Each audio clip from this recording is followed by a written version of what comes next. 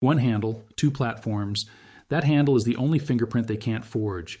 If anyone DMs you for money, wallet addresses, VIP access, or signals, it's a scam. I sell nothing, ever.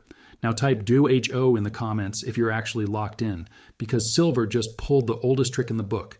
It rips into the mid-90s, makes everyone chant $100 next, and then dumps so hard it feels like the market committed a crime. $96 to the low 80s in about a day, and the internet calls it Iran war pump and dump. Here's the uncomfortable truth. If you treat this like a conspiracy story, you'll miss the real mechanism, and you'll be the one providing liquidity next time. This wasn't magic. This was crowd psychology plus technical magnets plus liquidity flipping inside a market that can still be structurally bullish. Stop. This matters. Let's start with your FX Empire source because it gives the cleanest, most specific tape. FX Empire reports silver exceeded last week's high and printed $96.43 for the bounce. It says a breakout above a resistance zone at $94.24 was also recovered, giving bulls optimism. Then buyers failed to retain control and sellers took over, dropping silver below Friday's low to $86.51 the same day. That's your entire pump then dump in one paragraph. High $96.43.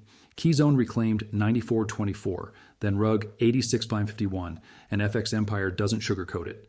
It calls that not bullish short-term behavior, but still says silver remains positioned in a bullish posture because it's consolidating above moving average support. So you've got two truths at once. The tape was ugly, the structure can still be bullish. That paradox is silver. Now your Kitco source gives the macro why the rug can pull. Even though the full article body didn't load in the page view, Kitco's title and metadata clearly frame the driver. Gold loses altitude, silver down sharply as USDX rallies, risk aversion somewhat abates. Jim Wyckoff, March 2nd, 2026. That's the missing key. Because in a war tape, everyone assumes fear is linear. It isn't. Fear comes in waves. Sometimes risk aversion spikes, then abates for a moment. Sometimes the dollar rips. And when USDX rallies, silver, because it's thinner and higher beta, often takes the harder hit than gold. Now your title promises two things: pump and dump exposed, and who profited. So we're going to do this the adult way. Expose the mechanism without accusing a phantom villain. Identify who profited by position type, not by name, because markets don't pay identities, they pay positioning. Now listen, silver is not gold. Gold is the clean hedge. Silver is the messy hedge. Gold moves like a river. Silver moves like a spring. And the first rule of silver is it punishes you for chasing headlines. It lures late buyers in near a magnet, then yanks the floor when liquidity flips. That's what you just saw. Now here's the exposed part. This move had three components, all visible in FX Empire's text. Component 1, the breakout bait. FX Empire says silver exceeded last week's high and reclaimed 94.24 resistance, creating optimism for bulls. That's the bait. Because once silver reclaims a widely watched zone, the crowd starts thinking, this is it, it's going to $100.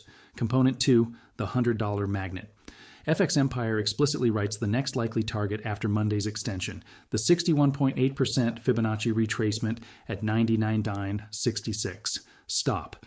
That number matters more than most people realize, because 99.66 is basically the market whispering $100, and $100 is not just a price, it's a psychological magnet that creates predictable behavior. Breakout chasers pile in because they want the screenshot. Profit takers sell into the crowd because they were early. Stops cluster under obvious intraday levels because retail hides there. And once price stalls, a cascade can happen fast. So even if nobody planned anything, the market structure itself manufactures a pump and dump look. Component 3, liquidity flips. FX Empire says buyers failed to retain control and sellers took over, dumping price to 86.51.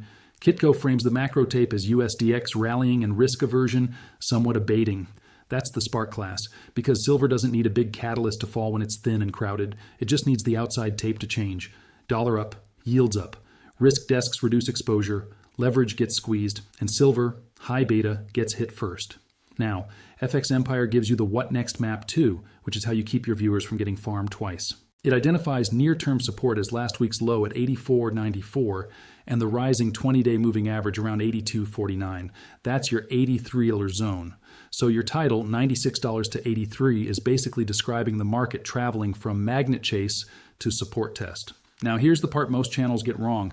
They treat this as proof the bull case is dead.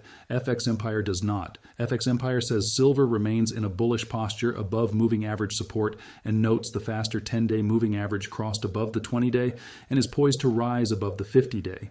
It also highlights an inverse head and shoulders breakout and says growing demand could eventually challenge the record high around 121.67.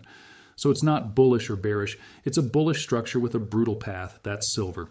Now we answer the second part. Who profited? Again, not names, position types. Here are the position types that typically profit from this exact whipsaw.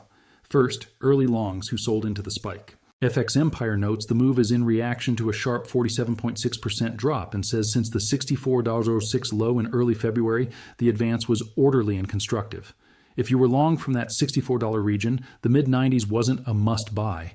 It was a take profit into crowd excitement zone. That's how early money behaves. Second, mean reversion fades near the magnet. When $99.66 is printed in the analysis as the next likely target, pros know the crowd is staring at $100, so they fade late chasing with tight risk. If the breakout fails, stops cascade and the fade pays. Third, dollar bulls and cash holders.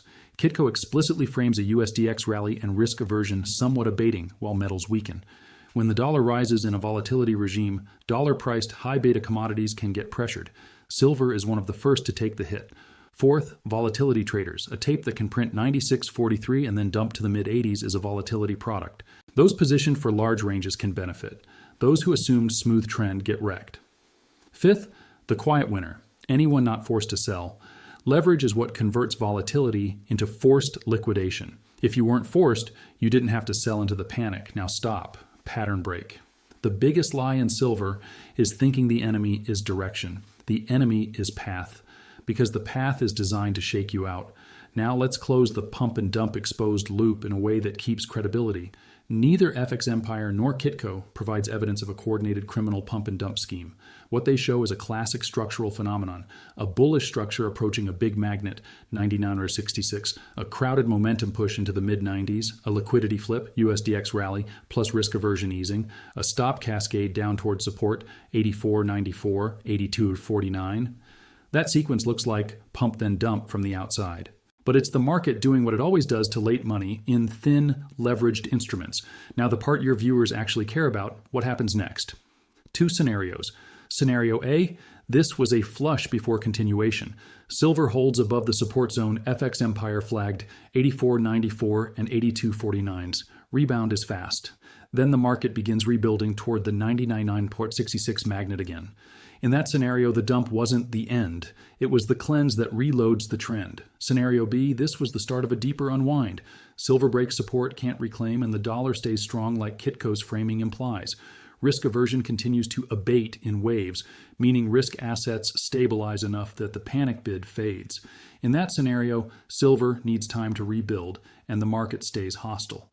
We don't guess which scenario is true. We watch the checklist. Here's your 48-hour watch list. Simple, binary, addictive. Watch 1. Support hold. Does silver hold above 84.94 and 82.49? Hold Dodge flush behavior. Break and fail to reclaim. Dodge inserts deeper unwind risk. Watch 2. Reclaim the bull zone. Can silver reclaim $94.24 later? Reclaim Sajern bull structure still dominant. Fail repeatedly below it. Kajm, market still de-risking. Watch 3. The $100 magnet behavior. Does price approach 99.66 with controlled volatility, or in vertical spikes that invite rejection? Watch 4. Dollar tape. Is USDX still rising? Kitco's framing says USDX was rallying as risk aversion abated. If USDX keeps rising, silver stays vulnerable. If USDX cools, silver gets breathing room. Watch 5. Rebound speed. This is the single most important tell in silver. Fast bounce after the slam. Forced selling ended. Buyers waiting. Slow bleed. Liquidation not finished. Now I'll end it. OG style. 3 takeaways in the cliffhanger. Takeaway 1. FX Empire documents the whipsaw cleanly. Silver hit 96.43, reclaimed 94.24, then dumped to 86.51. Ugly short-term behavior, while still describing the bigger posture as bullish above moving average support. Takeaway 2, FX Empire explicitly puts the $100 magnet on the map. The next likely target after the extension was the 99.966 Fibonacci level, with potential continuation targets $105.56 and $114.49, and even the record high around 121.67 as a longer-term challenge if the structure holds. Takeaway 3, Kitco frames the macro trigger for the rug. USDX rallying and risk aversion somewhat abating, while gold loses altitude and silver drops sharply, exactly the environment where silver gets sold as high beta collateral. Cliffhanger. When silver tests the 84.94, 82.49 zone, does it bounce fast, or does it slice through like there's no bid? That one answer tells you whether this was a pump and dump look or the leverage flush that reloads the next leg. This isn't financial advice. This is financial warfare education.